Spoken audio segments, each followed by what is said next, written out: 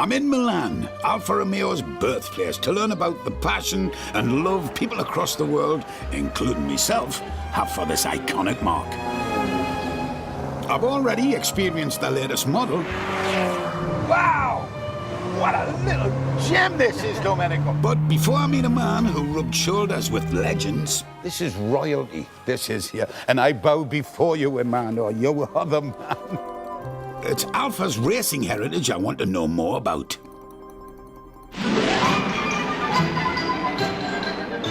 Alfa's racing pedigree was forged in the crucible of the golden age of motorsport in the 1920s, 30s and 40s.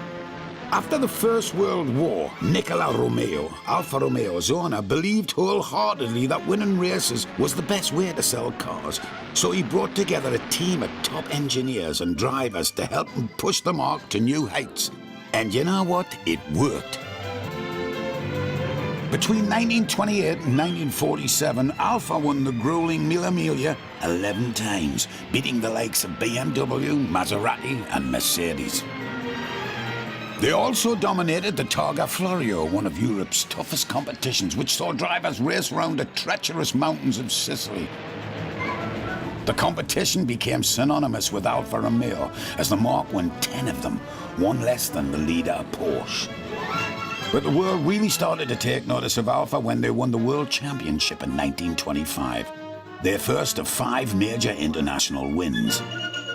Italian people are still immensely proud of this marque. It's a national treasure, just like Sofia Loren, Gina Lollobrigida, and Sergio Leone. These early racing successes helped ignite a love for the brand that captured the hearts of millions. Well, I'm in a happy place now. Brian's come home. Yes, sir. I'm at the home of Scuderia del Portello. And what they are a bunch of people called Alfisti who are as mad as March hares about Alfa Romeos.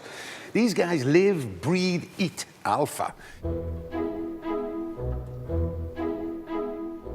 Formed in 1982, the Scuderia del Portello has become one of the biggest privately owned Alfa Romeo enthusiast clubs in Italy. What that means is they're all just nuts on Alfas. They're all crazy, fanatical Alfisti. The founder's aim right from the beginning was to uphold Alfa's competitive spirit, something that fell in love with his kids, just like me. They usually only let members inside, but today Alfista Mario has made an exception for me.